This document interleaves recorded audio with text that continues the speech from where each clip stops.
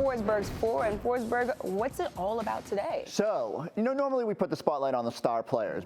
And with the All-Star reserves being named tomorrow night, I thought, should I make another case for Jalen and Derek White and Kristaps Porzingis? And we'll see if any of those guys get in here. But digesting the month of January and the Celtics having essentially the second best record or second best total of wins, I thought it was good to spotlight some of the guys that have float below the radar. Some of these bench pieces, the guys that are fair or not. We're going to be talking a lot about trades and whether Brad needs to upgrade that roster. So let's put some of the guys on the spotlight that really had a great month and helped the Celtics get to those 11 wins. Starts with 45.8, and that is what Sam Hauser shot from beyond the three-point arc against all those 11 playoff teams. Ooh. 22 for 48 overall. If he maintained that number, it would rank third in the NBA overall for three-point percentage. He's at 41.2% overall. That's down at 27th, but he's kind of climbing. He's also high up amongst the high-volume guys that have taken more than 200 three-pointers. We've seen the Celtics make a push here for him to potentially be in the three-point contest, so maybe Sam can sneak himself to All-Star Weekend as well. He's been great, and he's making them against the big-time opponents, which is good. The big question with Sam is always going to be,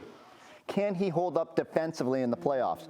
Well, I have that answer because against those same playoff teams, 5.3 below expected field goal percentage, 42.7, actually the best on the Celtics among regulars. Everyone keeps trying to test Sam, and Sam is holding up. And Sam is definitely holding up on the defensive end. I think he heard that other people, they think he can't play defense. He's like, I'm going to show you. They heard Sam slander? Yeah, they heard Sam slander. What's coming up next? Slam, Hauser, slam. I'm going to work that. I don't know yet. I'm about to get Drew Cotter on that too. All right, next number, 37.8. That is what opponents are shooting against Neemias Queta in the month of January. It's the best number on the team. Now, he doesn't quite qualify for among the leaders because he didn't play enough minutes, but we're shoehorning it in here because when he has been out there, he's been super good. And look, I know he had some struggles rebounding the basketball in that Pacers game, but otherwise he was fantastic. Plus 15, was best on the team. He made good things happen in his 14 minutes on the floor. No Luke, no Al. You needed another big to step up and take some of the pressure off Kristaps. I thought Neemias was great. And look, it's been weird, so Luke gets hurt, Neemias comes in, and we're like, oh, this guy needs to be on the parent roster, he's so good.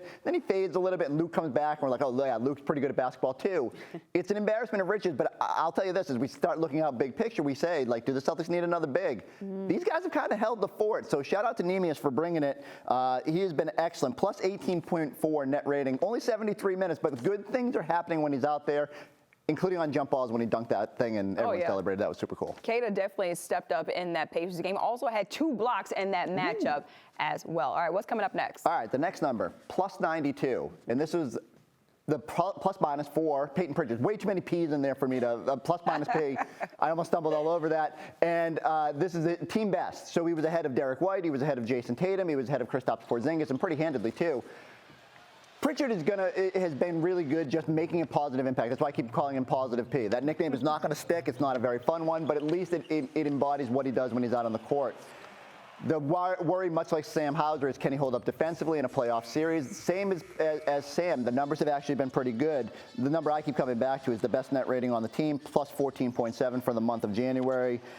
That's 350 minutes of court time, so it's not as kind of fluky as maybe if we want to talk about Neemias. I love that Payton has sort of taken on this challenge. The minutes are up this year. He's been thrust into a bigger role. He's still got to wait. Derek has been so good, and now you got Drew, and yet he's really held down the fort as that third guard. I do think he has shown that even in a playoff series, he can be a positive for this team. Positive P. Crypto P, preseason P, Positive P, which I do kind of like that one. I feel like he might like that nickname. We have Pacific P as well. We need to start keeping a list of all of Payton Pritchard's nicknames, because at this point, I'm trying to still keep up. We could just make a T-shirt at the end of the year with everything nicknames on it, and then he wears it. We can wear it on Celtics post-up, all the nicknames that Payton Pritchard has so far. All right, last but not least, what do you got? Post-up P. If you Post-up P, there you go, see? It's just, I can't believe how many P's have been in this segment. All right, next number is 173, as I try to get this thing from going off the rails. This is my estimated number of cool celebrations that Luke Cornette has unveiled over the past month.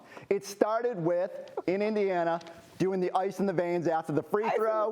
When everybody's missing, it was Luke who stepped up, made 2 big ones. Bench loved it. And what does it do? Last night it culminates with, I don't know if you've seen Wedding Crashers. Chaz Reinhold is on the couch when he's talking to Owen Wilson's character.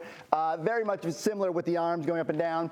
I love what Luke is bringing to this team. Jaylen Brown said at one point during the month that he's like the ultimate teammate. You know, because you can throw him in there and all he cares about is, one, being a good teammate and helping win. Doesn't care about the minutes, although it is notable that January was the most minutes that Luke has played in a month over the course of his career in Boston. And you actually have to go back to January of 2020, before the pandemic, which it feels like a lifetime ago, to find when he's actually played more minutes in a month. So credit to Luke. Hung in there, has shown that he can be that depth center.